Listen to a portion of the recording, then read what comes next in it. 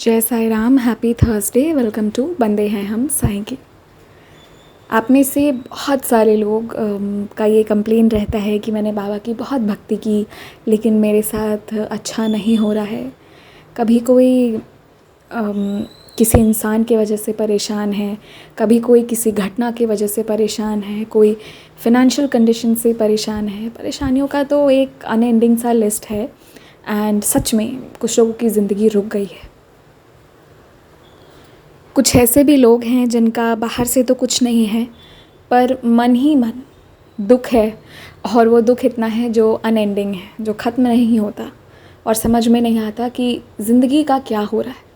जब भी ऐसा मोमेंट आए ना कि लगे पता नहीं ज़िंदगी कहाँ जा रही है, क्या हो रहा है, क्या होगा, तो अपने आप को बार बार याद दिलाइए कि मैं साईं का बच्चा हूँ और बाबा की कृपा से जो हो रहा है अच्छा हो रहा है और आगे जो होगा वो अच्छा ही होगा, और अच्छा ही नहीं बल्कि बहुत अच्छा होगा। ये बात आप अपने आप को बार बार याद दिलाइए। सबसे पहले अपने ब्रेन को ट्रेन करना पड़ता है, अपने आप को विश्वास दिलाना पड़ता है कि सुन बाबा है, उसके बाद ही बाबा की लीलाएं होती है। आप सबको याद होगा, ज़्यादातर लोग हम में से बाबा से जुड़ते कब है, जब हम बाबा के अनुभव सुनते हैं, बाबा की साई सच्चरित्र जी पढ़ते हैं, उनकी शक्ति के बारे में जानते हैं। तो जानते धीरे धीरे करके थोड़ा हम आजमाते हैं, थोड़ा विश्वास करते हैं, और फिर जिस दिन हम विश्वास के पक्के पर उतर जाते हैं उस दिन से सब बदल जाता है, सब कुछ।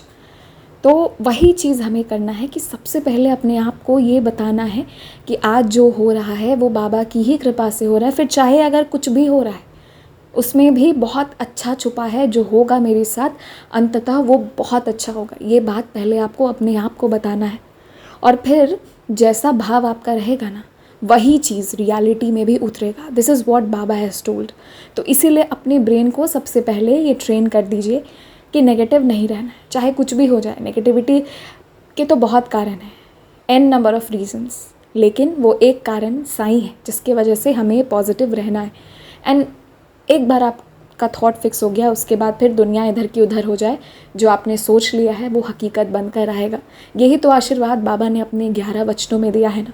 तो बस करना कुछ नहीं है, सिर्फ इतना कि पॉजिटिव रहना है, सकारात्मक रहना है। पता है, जब किसी की मौत हो जाती है, चाहे वो कोई बुज़ुर्ग हो, अपनी पूरी ज़िंदगी अच्छे से मतलब 90-80 ईयर्स बिता कर गए, या फिर कोई कम एज का हो, 40s में हो, 50s में हो, 20s में हो, 30s में हो, दुख बहुत होता है। चाहे अपना कोई भी जाता है क्योंकि वो अपना था, दुख हमें बहुत होता है। यही चीज़ मेरे साथ भी हुई, रिसेंटली ही हुई, आप लोगों के साथ भी होती है। आज भी मेरी एक डिवोटी से बात हो रही थी, उनके साथ भी यही हुआ कि उनके भाई, बहुत ज़्यादा एज नहीं था लेकिन ये सब कुछ हो गया। तो अभी पिछले हफ्ते मेरे घर भी एक से एक चीज़ें हो गई, पर अब मैं कहना बंद करती हूँ। पता है क्या?